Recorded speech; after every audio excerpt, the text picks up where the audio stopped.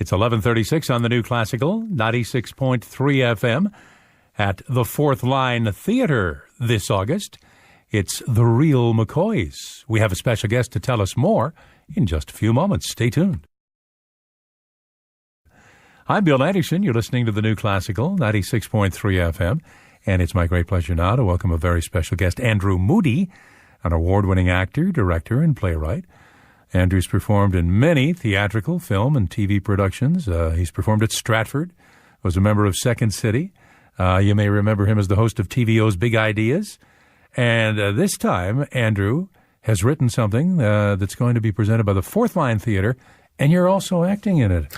That's right, I am. Yeah, for the first time. Wow. Well, tell us about The Real McCoy. Now, we've all heard the expression, it's The Real McCoy, and I don't think anybody knew that it came, or where it came from, and in fact, that it's a Canadian connection. That's right. As a matter of fact, I was introduced to it because I was acting in a play by Linda Griffiths in Calgary. I was doing a workshop of her play, The Duchess.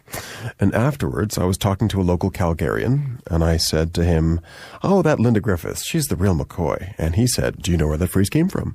And I lied. I was like, "Yeah, the Hatfields and the McCoys, right?" Yeah, right. Or that old TV series with Walter Brennan. Exactly. Yeah, must be that, right? Yeah, sure.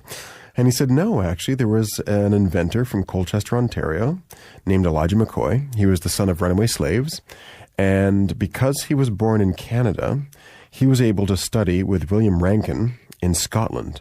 And William Rankine at the time, in the 1800s, was one of the foremost experts in thermodynamics. You know, we almost had the Rankine system of temperature. That's, Really? how impressive he was. So this young black kid from Ontario, got to study under William Rankine, came back to Canada, and there were no real railway tracks really laid. So he went to the next best place, which was Ypsilanti, Michigan. Michigan at the time was a hotbed of the Industrial Revolution in North America. And so he got a job shoveling coal. And it must have been very frustrating for him shoveling coal on a train, because he was trained as he was an engineer. Absolutely. He was actually, he was a master engineer. But because he was black and because this is pre-Civil War America, he couldn't get a job as an engineer. So he's shoveling coal on this train, and he realizes that trains are inefficient. They just don't, because steam is so corrosive to metal, you have to constantly stop the train, you have to constantly oil it up, and it's just very inefficient. So he decided to invent this lubricating cup that helps to keep the train lubricated while it's running, which is something that was just very hard to do. And so he patented it, and he sold it, and when people started seeing that there was this lubricating cup being made, other people started making it too. They would make their own lubricating cup, but none was as good. So people would go into a store asking for the real McCoy. Very good. Simple as that. Yeah, and he was born in Colchester, Ontario. Which is down around Windsor area. That's right. Across the border from Michigan. That's right. So it all makes sense. He went on to get how many patents? I think, if I'm not mistaken, it was 57 altogether, including he has one of the earliest patents for a portable ironing board and a lawn sprinkler. Which They're is still just around. amazing. Yeah, I know, exactly. Like the folding ironing board Yep. and the lawn sprinkler that you'll see driving through any part of Southern Ontario. This story that you've created about his life doesn't just concern his scientific accomplishments. It concerns the humans element. That's right. It's a story not just about an inventor, but it's also a story about a man who had struggles within his family. He had a beautiful wife who his first wife, unfortunately passed away, and but then he went on to do more inventions, and he had a second wife who also passed away, and then eventually at the end of his life, he died in an asylum with nobody believing that he was the real McCoy. That's right. 57 patents. 57 patents. He must have been incredibly wealthy, no? No. Like many inventors, what happens is you take the money you earn to invest in more inventions. That's what happens today on Silicon Valley. A lot of people, look at Jeff Bezos doing Amazon, right? Amazon, you think, would be making a ton of profit, but actually all the money they're making, they're investing into new ideas. And You new just bought a newspaper. Exactly. Pretty big one. Yeah, I know. I hope he does well with it. Yeah, he's got faith in it, and we will see.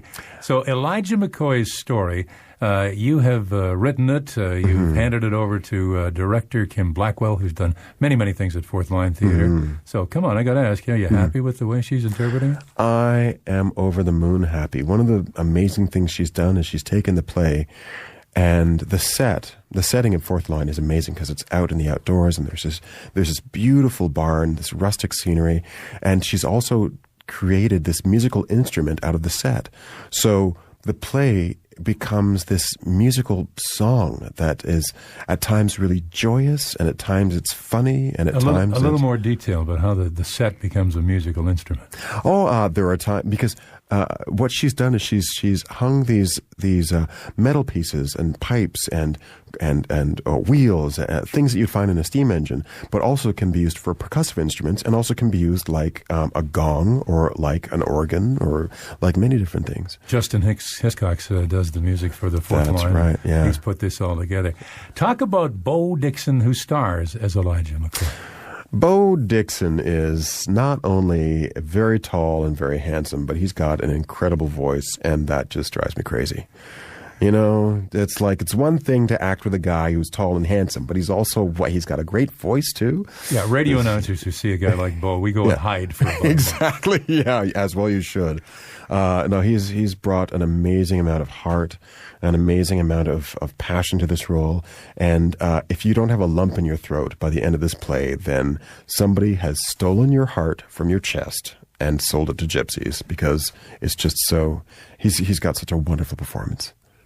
Bo is accompanied by 6 other actors, total of 7, playing That's right. 39 roles. Now, That's right. Is that fun, or is that just crazy? Well, I've never been in the show before, so now that I realize what I've done to the actors, I feel bad for them. But I've got a great cast: Carson Dervin, Matt Gilbert, Callie Millman, Melanie Murray, and the. But how do they do the costume changes? Oh, it's funny because on stage we try to make it look so effortless. So once we get on stage, we're just, hey, how's it going? And then backstage we just run and we're madly just throwing clothes into the air. And don't forget, the stage is a barnyard and backstage is a barn. Absolutely, with chipmunks.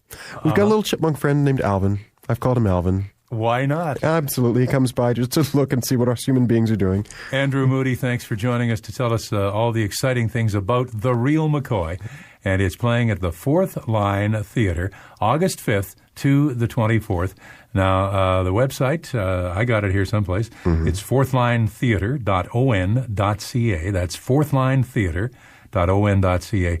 Or you can call 1-800-814-0055. That's 1-800-814-0055.